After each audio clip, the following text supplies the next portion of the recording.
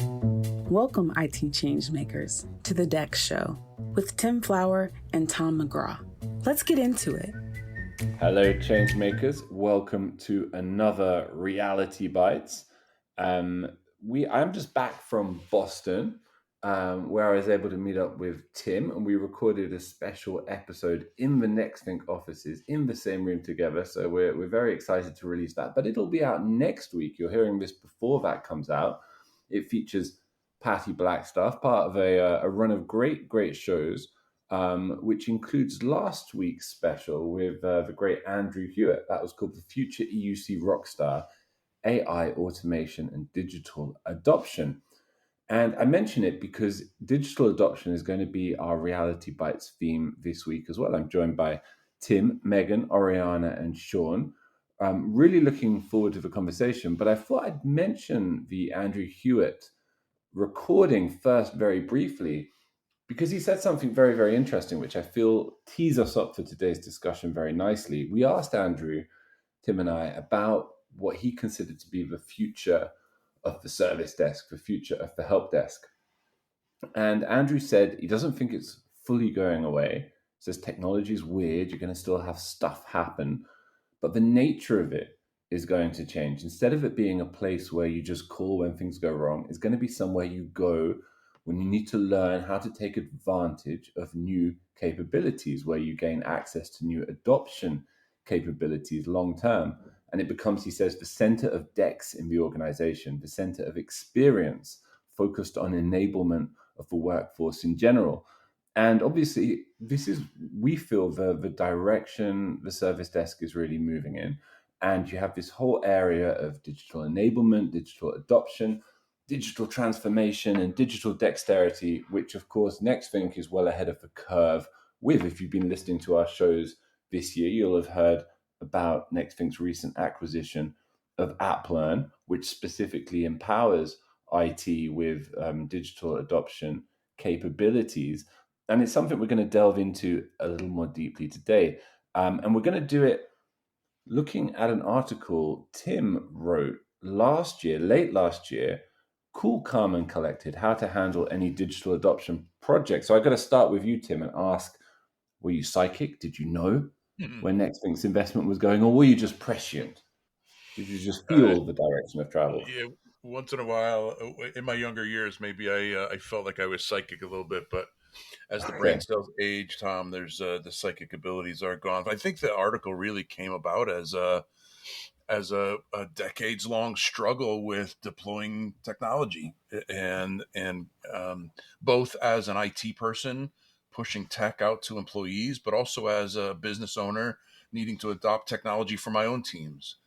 Putting technology out is not an easy task.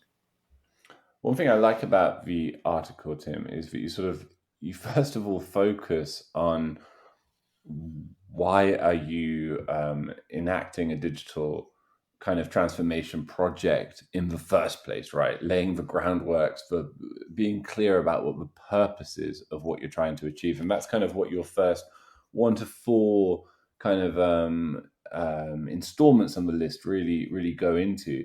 So I wonder if you sort of just be specific about that first of all and clear that up for the listenership. What should drive a sort of digital adoption project in the first place? I think it comes from managing and leading teams over a large or a long number of years, where IT people just love the technology. They love the new stuff. The old stuff frustrates them. There's this desire to get their hands on the latest and greatest. But if the tech doesn't serve a business purpose and you can't articulate why you're doing it, then you really have to think about whether or not it should be done to begin with, right? Is it something that is going to solve a business problem? Is it something that's going to solve a usability issue? Sometimes you're forced into technology because it may be serving a purpose just fine, but the vendor stops supporting it. So you have to migrate. We've been in those situations with operating system migrations and office migrations. You get every ounce of juice out of the tech that you can, and then it goes end of life. So there are multiple reasons to migrate, but you need to make sure you understand what they are. They're well articulated, and that when you're done, you can measure and communicate the fact that you solved those or delivered on the reasons for the change. And when you think about what we've heard from AppLearn this year, when we've kind of like dug into NextThink's new investment in this technology specifically, how has it made you think differently about the process of digital adoption within software, more specifically? So I would, in looking at the article, and I may go give it a V2 for the new year. Mm, We're in April. It's strange to think about it as a new year, but true. I may give it a little brush up.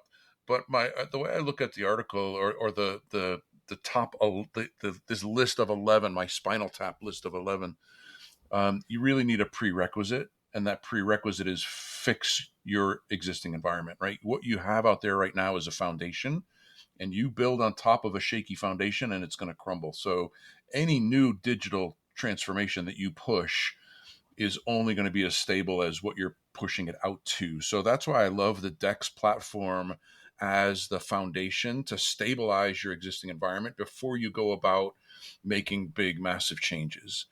And then why I like bringing in this digital adoption capability into the NextThink platform is you can go through all of the benefits and visibility that DEX allows you to do during a migration, testing, validation, watching your rollout, measuring things.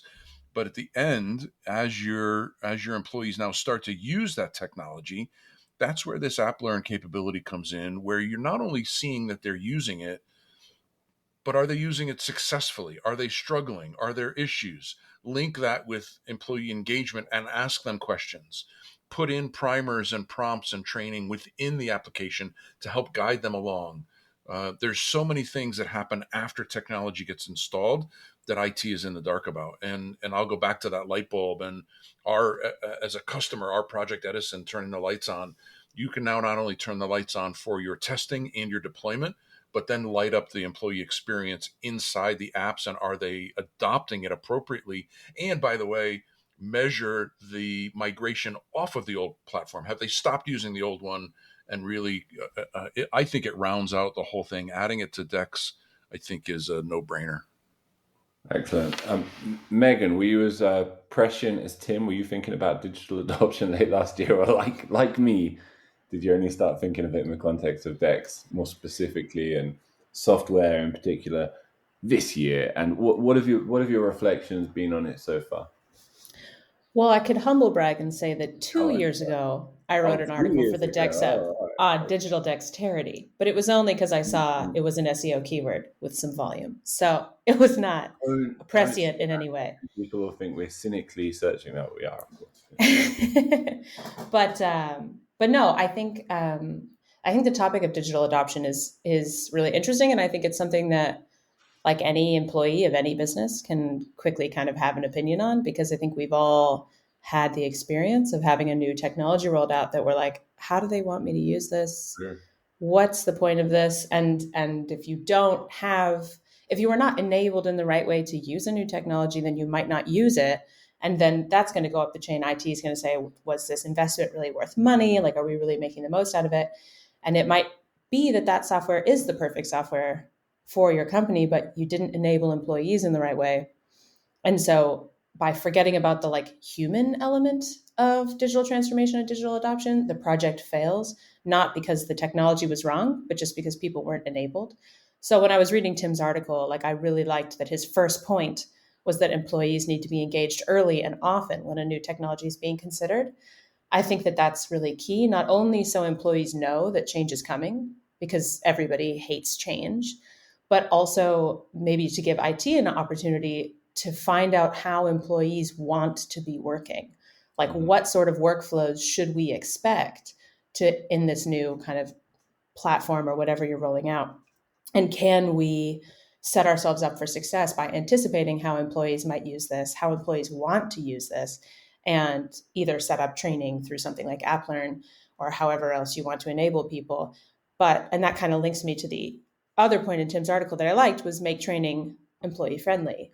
Like, really think about the human beings on the other side of the project who have to use this. And I think if you layer that in, which is what AppLearn does, then your projects going to be more successful or has a higher likelihood of being successful. That would be kind of my take on it. Is I think that Tim's article and also AppLearn and everything we're kind of working on with them, it brings the human factor even to more prominence in the project, and I think helps IT be able to think about that human factor and be able to take action and really create processes that work for people. And Megan, think about, we live this in our daily lives, right? Think about when Teams changes without awareness, it just drops on us. Well, where'd my mute button go? Or where did the screen layout is different? And just think about how we would adopt that change if we had some notice that it was coming and a little prompter to say, here's your mute button and here's the layout of the screen. I think it's just, we live it daily, the struggles of adopting something new without awareness. Totally, Tim. I absolutely hate it when a new piece of software just like pops up. Teams is a great example. The new Teams just opened on my laptop one day. And I was like, wait, what is this? And for my laptop, for some reason, it just does not recognize my microphone, the new Teams. So I've spoken to IT and they're like, don't worry, we're not going to force you. We know the issue exists. You can still use the old Teams. And I think I'm happy to switch to new Teams once it's ready for my device. But if they forced me onto the new one and then I was just unable to use my microphone at work, like that's obviously not a good solution. And Sean, I know you were the person who actually, more than anyone, alerted us, probably because you published the piece to Tim's prescient article back last year. And I think a certain kind of vein of thought in that article stood out to you, right, around incentivizing digital adoption in the employee base and the ways that can be done. Talk to us about that kind of employee level encouragement that teams can strategize with. Yeah, for sure. I two of those points stuck out to me were incentivizing things and maybe even gamifying something to get folks to adopt a tool. I think it makes it a little bit more engaging than just force feeding them. I've done this with projects here at NextThink and then in previous employers with e-learning projects. Any sort of gamification you can add to it just makes it much more engaging. And as well, just when you're trying to teach someone anything, whether it's a software tool or even back in school, I've done this in the past with other companies where I've tried to base like a training methodology on something called the Bloom's taxonomy of learning. It was developed by a fellow called Benjamin Bloom, who's an educational psychologist. And it's essentially just like if you envision a pyramid, it starts with the most basic steps, which is repetition, remembering things. And then you move up to understanding, applying, analyzing, evaluating, and eventually creating something. So when you have full knowledge of any area, you're able to kind of apply it and create that thing. And I think that's important whether you're learning how to use a new tool in business or you're in university or in life. And that's something we try to apply with the DEX certificates that we have online. And I've done it at other places. And then I'll just finish with this. The other point that stuck out to me from Tim's article was about gathering routine feedback. We kind of mentioned it already, but it is super important. When we rolled out the DEX certs, we did that with a pilot group just to make sure that I was going in the right direction and that this was something that would be scalable. And that's so useful once you do bring it to a larger audience, just to kind of make sure that you're delivering things that people expect and want to learn from. Are you integrating the DEX certs into your answers so smoothly, Sean, because you would like to draw attention to anything in particular? I feel like I would never do that. No, I would never do that. DEX certs. I'll never do that. We haven't plugged them on the show yet. Come on, let's take a quick aside for listeners. There are 2 new DEX certifications live, right? There are somewhat new. Yeah, they're up there on the DEX Hub. You can access them, and maybe we'll send out some more campaigns around them soon. Excellent. Links in the show notes as ever, listeners. So, Oriana, I feel like this whole area, this kind of tees it up nicely to the question of testing, validation, and getting employee feedback coming back into IT. What are your thoughts on this theme at large and in those areas in particular? Yeah, I love everything everyone else has said so far about the importance of understanding the human side of change management, the importance of getting feedback both before you start a change, during with pilots, and after. And I think that testing and really coming up with a testing program as part of your change management plan takes a lot of the guesswork out of that, right? I think people often can see collecting qualitative feedback as this very nebulous thing, but it really doesn't have to be. And I think it's much more effective when it is part of this structured plan, as Tim mentions a little bit towards the end of the article, right? Like, make sure you have a program plan that scales to your organization and that includes all of your feedback mechanisms. So one of the things that I really like is really emphasizing that before, during, and after.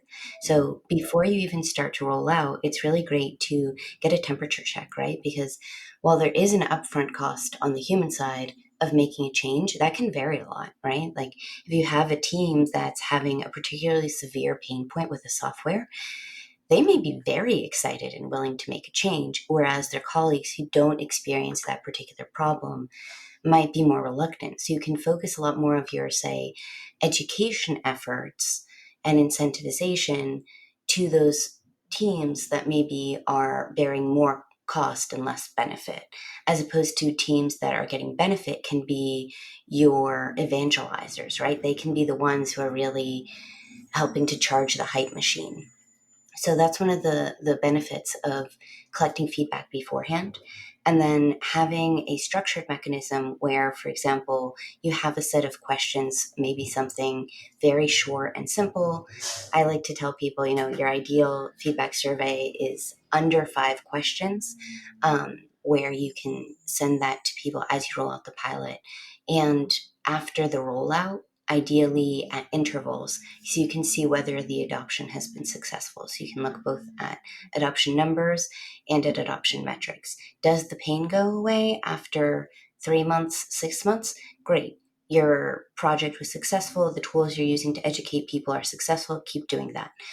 Is it not going away? Well, then you need to know that, because otherwise you run the risk of spending a lot of money on expensive software. So having those repeated questions that you use the same exact questions each time gives you a way of benchmarking your progress over time. And so that's the benefit of having this very structured approach to what can feel like a very nebulous sort of process of collecting feedback. Wonderful, Oriana. When you think about the big picture and the kind of the emergence of digital adoption processes within DEX, do you think of that as like an expansion of DEX, something novel coming into it, or a sort of more of a natural extension of what's already being done? And what do you think the general direction of travel points to in terms of what we consider to be digital employee experience with this kind of novelty entering the picture? I think it's honestly a combination of those, and which one seems most salient is going to depend on your point of view, right? So for somebody like me, the connection seems perfectly natural. And I've worked with a number of people, including some folks among our customers, who have that experience, right? We have some amazing customers who have written articles for us about their science background and how that informs the way they approach IT, right? We have this really lovely article about how the IT landscape is like an ecosystem and you can observe it in similar ways. So I think having that perspective is a huge advantage. But even if it is novel to you, there are so many great tools available to make that connection and to start to integrate that part of the process. So I think that, yeah, I'll just expand on some of the points that some of my teammates have made. The baseline up front, as I said earlier, fix your existing foundation, but also get that baseline measurement and sentiment, get the feedback up front. So you've got the baseline, both technical and sentiment wise. And then as you roll and as you wrap up, make sure that you're measuring that sentiment and feedback along with the adoption metrics, along with the technical metrics. There's a wealth of information that's valuable to IT, if not only to make the existing project better as you wrap up, but for learnings for the next one. There's IT, I think, has has an ability to learn from their past mistakes and build on, based on employee feedback, build on that to make the next one better. Excellent. Thanks, Tim. And yeah, so a few things came up in the course of that episode, which I think people might want to follow up on. The first is we'll include links for all of them. We'll have the links to our discussion with Andrew Hewitt, which touches on some of these themes, as I said at the top. We'll have links to more information about NextThink's app plan acquisition and insights into the plans and significance of that. And we will also have links to Tim's article that we've been discussing today. And last but not least, those new certifications or new-ish DEX certifications, which Sean so smoothly plugged, and they are for sustainability and agile DEX skills. So lots to delve into if you enjoyed this discussion. And we look forward to seeing you all next time. Tim, Megan, Oriana, Sean, thanks so much and see you soon. Goodbye. Bye. To make sure that you never miss an episode, subscribe to the show in Apple Podcasts, Spotify, or your favorite podcast player. And if you're listening on Apple Podcasts, make sure to leave a rating of the show. Just tap the number of stars you think the podcast deserves. If you'd like to learn more about how NextThink can help you improve your digital employee experience, head over to nextthink.com. Thank you so much for listening. Until next time.